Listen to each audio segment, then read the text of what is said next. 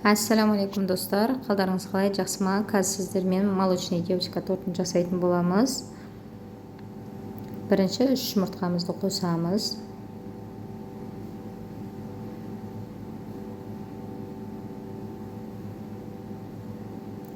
Кейіннен 380 грамм сгущенкамызды қосамыз. Жақсылап миксерлеп аламыз, біріктіріп.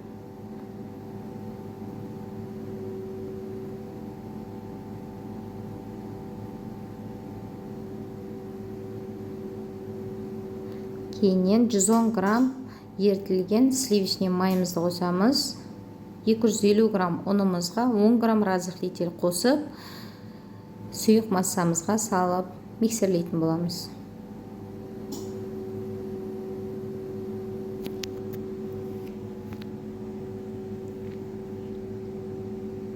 Ішінде түйіршіктері қалып қоймас үшін жақсылап миксерлеп аламыз.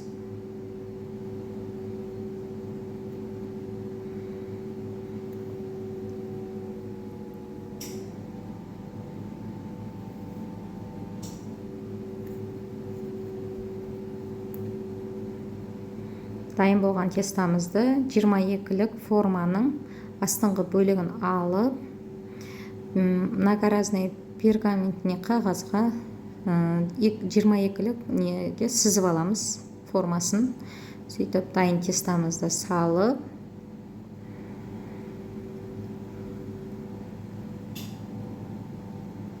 тесталарымызды салып, жақсылап жан-жағына жеткізіңкіреп, жан-жақтарына тегістеп отырып салып,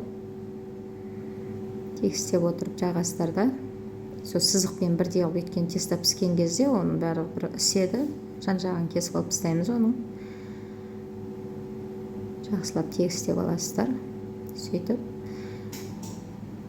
200 жақсылап тегістеп алған тесталарыңызды 200 градустық пешке, ысып тұрған пешімізге 7-8 минут аралығында осында сарғайғанша пісіріп аласыздар. Кейіннен піскен 6 тестамыздың шет-шетін кесіп аламыз да. Коржымыздан 6 теста шығады. Шет-шетін кесіп алып,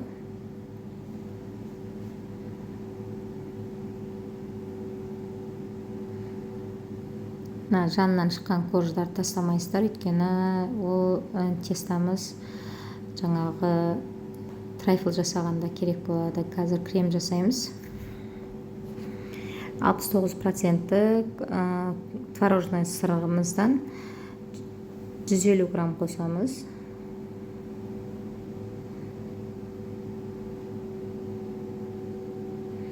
И 150 грамм сахарная пудра қосамыз.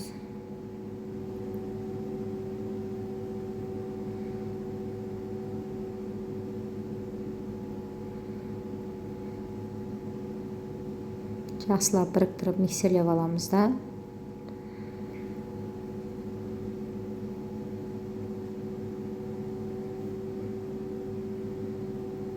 Бөлек ыдысқа осы миксерлеген творожный сырымыз бен сахарный пудрамыз бөлек ыдысқа алып, и осы миламен жаңа 33% сливкелерді қолданам. Осыдан 600 грамм сливке құямыз.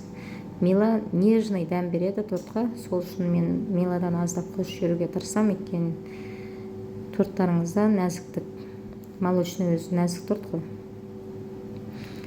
Жақсылап миксерлеп, скорсын жаймен көтеріңкіреп отырған кезде орташа скорсқа келгенде творожный сырымызды саламыз.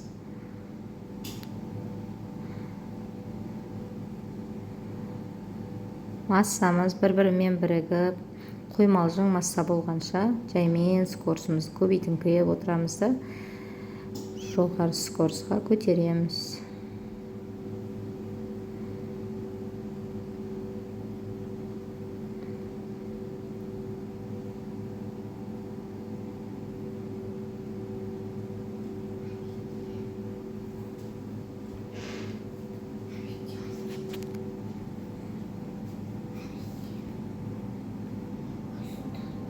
Мына креміміз осындай болып дайын болу керек.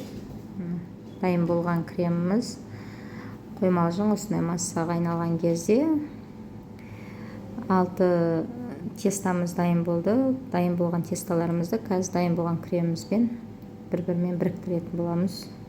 Жақсылап астын жанын қарап аласыздар, өйткені қыл жоқ па, жаңағындай түйіршіктер, нелер артық нәрселер қалып қойған жоқ па, соны тесталарыңызды тексеріп алып, 2 қасық кремнен салып,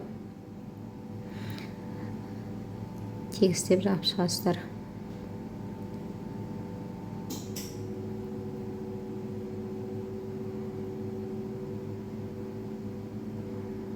Осылай 6 слойды 2 шқалақтан салып отырып тегістеп, бәрін бір-біріне біріктіріп шығамыз, тортымызды құрастырамыз.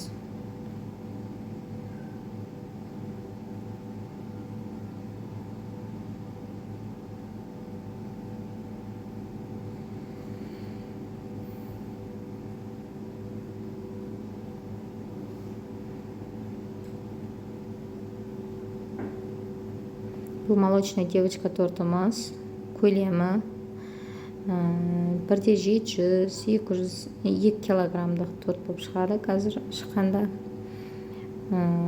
көлемдірек көлеммен жасап жатырмыз.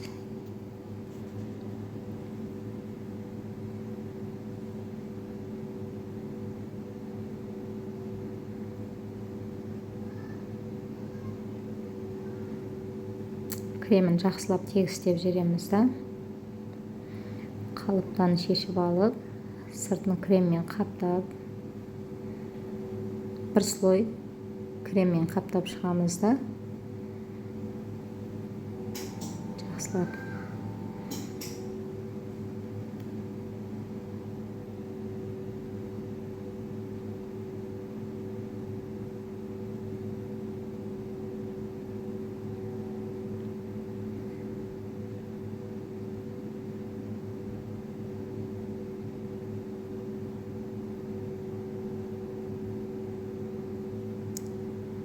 Жақсылап кремдерін тегістеп шығамыз.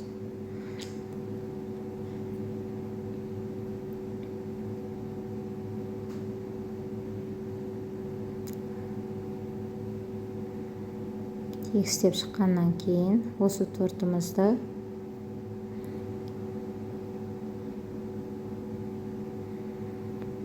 холодильникке, тегістеп болған тортымызды холодильникке 1-2 сағатқа, или болмаса морозилькке жарты сағатқа мұздатып алып, одан кейін үстінен тағы келесі слой кремімізді жағуға дайындаймыз.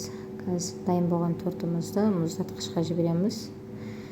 Денесі біраз мұздаған тортымызды енді красительмен бояп, өздеріңіз қалаған красительдеріңізбен, или болмаса ақ креммен қаптап шықсаңыздар болады. Маған енді заказ осылай түскеннен кейін торттың сыртын қара красительмен кремге қара бояуымызды құйып, қара рең берейін деп жатырмын тортқа.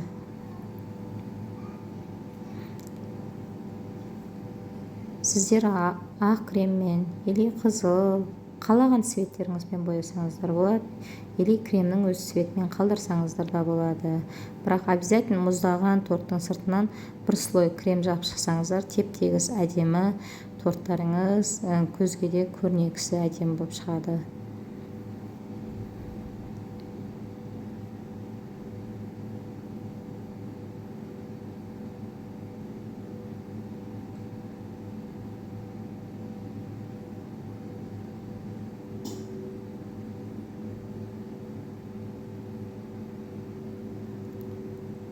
Енді жағып алған кремдерімізді тегістеміз.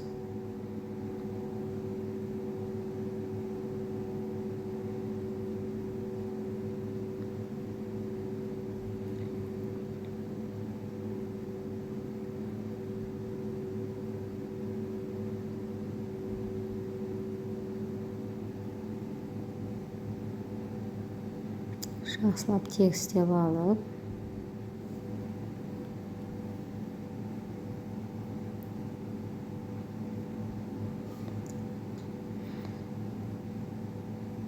жан жағындағы артық кремдерімізді алып тастап жақсылап тегістеп аламыз да жарты сағат мұздатқышқа жібереміз.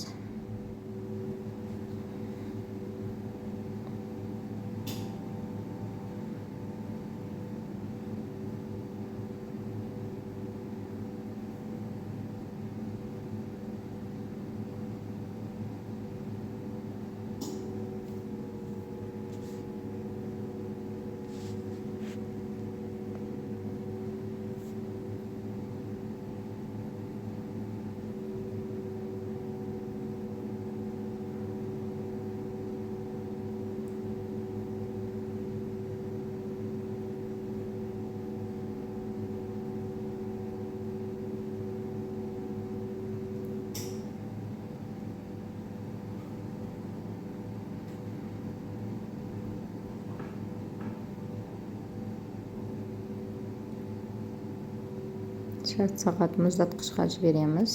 Оған дейін оформлениесін, бетіне жазуларын дайындаймыз.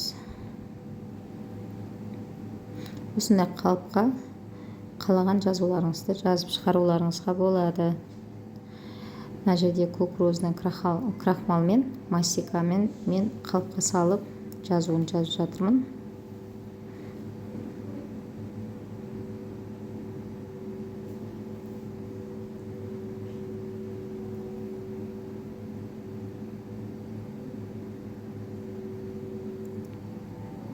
Қалаған жазумен және мынандай цифровой формалармен қалаған формаларыңызды жасап шығаруға болады.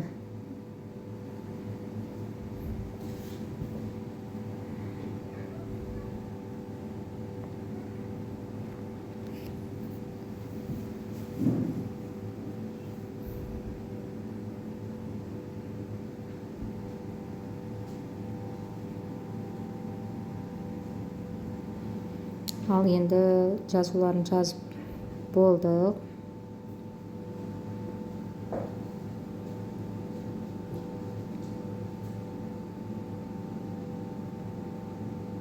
Барлығын бір ыдысқа орналастырып аламыз да дайын болған мұздатылған тортымызға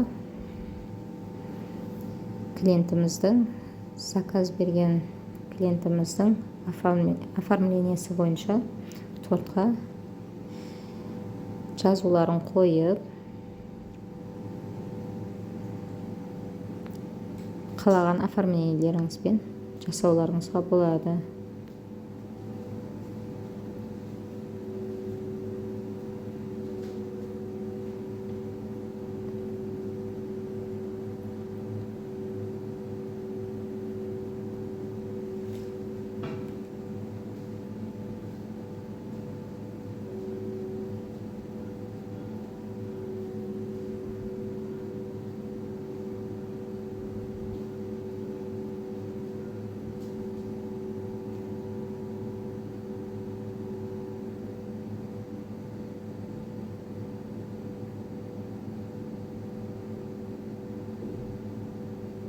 Ал тортымыз дайын. Міне бағасы 14.700 теңге шығып тұр. Мен килограмм 8500-ден сатамын. Сонда жаңа дайындаған 22-лік формадағы тортымыз 1 кило 700 салмақ.